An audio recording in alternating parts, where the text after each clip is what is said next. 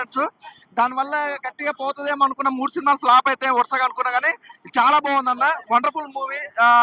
First half మొత్తం middle class మీద వెళ్ళిన, సెకండ్ హాఫ్ మొత్తం లవ్ గురించి కానీ ప్రతి కాన్సెప్ట్ కూడా చాలా బాగా అనిపించింది. అలాగే హీరో హీరోయిన్ మధ్యలో ఉన్న కాంబినేషన్ మాత్రం నిజంగా అది చూస్తున్నా కొద్ది చూడాలనిపించింది. అలాగే సాంగ్స్ కానీ, బ్యాక్గ్రౌండ్ మ్యూజిక్ కానీ, ఆర్ఆర్ కానీ, ప్రొడక్షన్ వాల్యూస్ కూడా చాలా బాగున్నాయి భయ్య. ప్రతి ఒక్కరు చూడొచ్చు.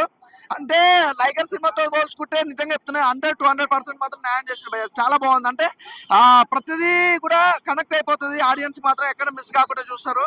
సూపర్ గా ఉంది. ఓవరాల్ అయితే చాలా మంచి సినిమా భయ్య. క్లైమాక్స్ ఏడిపించేసాడు. నిజంగా లవ్ స్టోరీ గురించి మాత్రం ఒక అద్భుతమైన మంచి మెసేజ్ ఇచ్చిండు.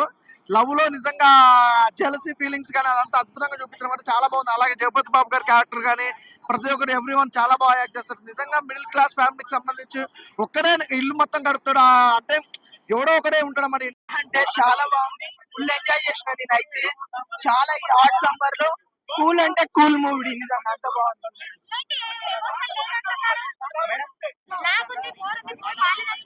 లేదు లేదు లాగేం లేదు మేడం. మూవీ అయితే చాలా కూల్ గా ఉంది.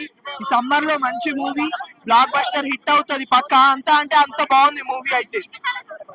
నేనైతే ఇప్పుడేగా మేడం మూవీ వచ్చింది, ఒకసారి చూసినా మళ్ళీ ఈవినింగ్ కూడా చూస్తాను మళ్ళీ ఇంకోసారి. మూవీ అయితే చాలా కూల్ గా ఉంది. ఫస్ట్ హాఫ్ వచ్చి కూర్చోబెడతారు మేడం, సెకండ్ హాఫ్ లో మాత్రం లేపేసిరు మొత్తం. సీట్లో కూర్చున్న వాళ్ళు ఫస్ట్ హాఫ్ లో అంతా సీట్లో కూర్చోబెట్టినారు అందరినీ. సెకండ్ హాఫ్ లో మాత్రం అందరు లేచిపోతారు. అట్లుంది మూవీ అయితే. సినిమాలో హైలైట్స్ వచ్చి మేడం మన విజయ్ సార్ పర్ఫార్మెన్స్, అట్లనే మృణాల్ ఠాకూర్ గారి యాక్టింగ్ కూడా సినిమాకి చాలా అంటే చాలా హైలైట్. చాలా బాగుంది మూవీ అయితే. ఏంటండి ఖచ్చితంగా మేడం మూవీ తోటి 200 crores షేర్ మార్కెట్ అనేది టచ్ అవుతాడు హీరో విజయ్ దేవరకొండ. ఖచ్చితంగా మేడం. సినిమా చెప్తున్నాను కదా పక్కా సూపర్ డూపర్ హిట్ సినిమా మాత్రం. అదే మేడం వైన్ షాప్ లో దొరుకుతుంది మందు. ఈ సినిమా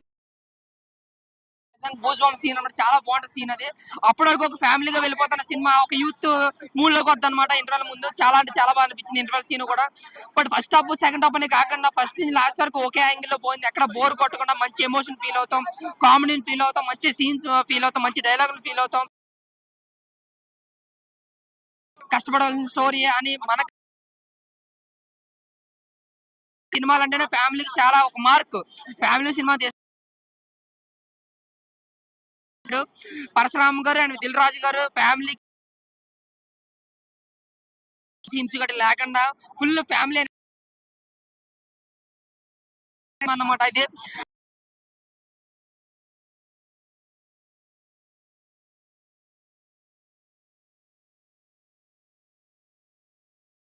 చాలా తక్కువ పాటు ఉంటుంది లవ్ స్టోరీ.